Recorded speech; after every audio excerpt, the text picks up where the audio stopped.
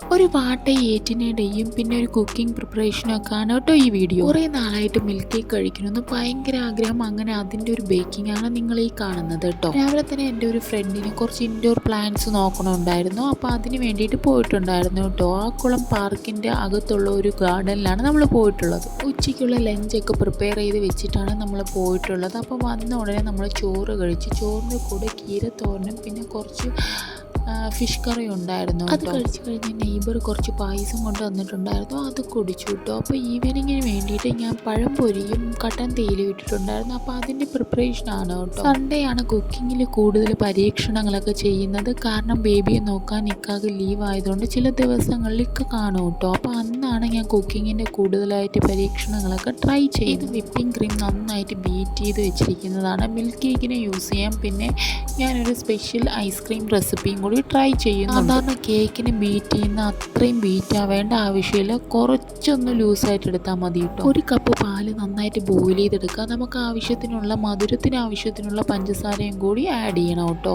അതിലേക്ക് വേണ്ടിയിട്ടുള്ള custard powder എടുത്ത് ഇതുപോലെ മെൽറ്റ് ചെയ്തിട്ട് നമുക്ക് അതിൽ വീതി കുറുക്കിയെടുക്കണം കേട്ടോ. കസ്റ്റാർഡ് വീതി മിക്സ് ചെയ്യുമ്പോൾ നല്ല കട്ടിക്ക് കിണ്ടി എടുക്കരുത് കേട്ടോ. കുറച്ച് നല്ല ലൂസ് കൺസിസ്റ്റൻസിയിൽ തന്നെ എടുക്കണം കേട്ടോ. കസ്റ്റാർഡ് മിക്സ് ചെയ്ത് ഈ ഒരു കൺസിസ്റ്റൻസിയിൽ നമ്മൾ മാറ്റി തണുപ്പിച്ചെടുക്കണം കേട്ടോ. അധികം ഫ്രിഡ്ജിൽ വെച്ച് തണുപ്പിക്കേണ്ട, പുറത്ത് വെച്ച് ജസ്റ്റ് ഒന്ന് ആ ചൂട് മാറി എടുക്കണം കേട്ടോ. എന്നിട്ട് നേരത്തെ വിപ്പ് ചെയ്ത് വെച്ചിരിക്കുന്ന വിപ്പിംഗ് ക്രീമിൽ ഈ കസ്റ്റാർഡ് പൗഡറിൻ്റെ മിക്സ് നമ്മൾ ഒഴിച്ച് നന്നായിട്ട് ബീറ്റ് ചെയ്തെടുക്കണം കേട്ടോ. നമ്മുടെ പുറത്തുനിന്ന് നല്ല ബ്രാൻഡഡ് ഐസ്ക്രീമൊക്കെ കഴിക്കില്ലേ, ആ ഒരു ടേസ്റ്റിൽ നമുക്കിത് നന്നായിട്ട് നല്ല അടിപൊളി ടേസ്റ്റിൽ നമുക്ക് കഴിക്കാൻ പറ്റും. നന്നായിട്ട് ബീറ്റ് ചെയ്തെടുക്കണം. ഇതുപോലെ സ്പാച്ചിൽ വെച്ച് ബീറ്റ് ചെയ്യരുത്, ബീറ്റർ ഉപയോഗിച്ച് തന്നെ ബീറ്റ് ചെയ്തെടുക്കണം. നന്നായിട്ട് ബീറ്റ് ചെയ്തെടുത്തതിന് ശേഷം ഓവർ നൈറ്റ് എയർ ടൈറ്റ് കണ്ടെയ്നറിൽ വെച്ച് നമ്മൾ ഫ്രിഡ്ജിൽ സൂക്ഷിച്ച് അടുത്ത ദിവസം എടുത്ത് ഇതുപോലെ കഴിക്കാം കേട്ടോ. അടിപൊളി ടേസ്റ്റാണ്. അപ്പം നിങ്ങൾ എന്തായാലും ട്രൈ ചെയ്ത് നോക്കിയിട്ട് ഫീഡ്ബാക്ക് അറിയിക്കാം. ഞാൻ ആദ്യം പറഞ്ഞ മിൽക്ക് കേക്കിൻ്റെ ഫൈനൽ ഔട്ട്കമാണ്. അപ്പോൾ ഇതിൻ്റെ റെസിപ്പി ഞാൻ ഇതിൽ ആഡ് ചെയ്യുന്നില്ല, എല്ലാവർക്കും അറിയാവുന്നത് കൊണ്ട് തന്നെ ഞാൻ ഇത് ആഡ് ചെയ്യാത്തത്. അപ്പോൾ ഐസ്ക്രീം എന്തായാലും നിങ്ങൾ ട്രൈ ചെയ്ത് നോക്കുമല്ലോ. അപ്പോൾ രണ്ടും സൂപ്പറായിരുന്നു. മിൽക്ക് കേക്കിൻ്റെ റെസിപ്പി വേണമെങ്കിൽ കമൻറ്റ് ചെയ്താൽ മതി കേട്ടോ.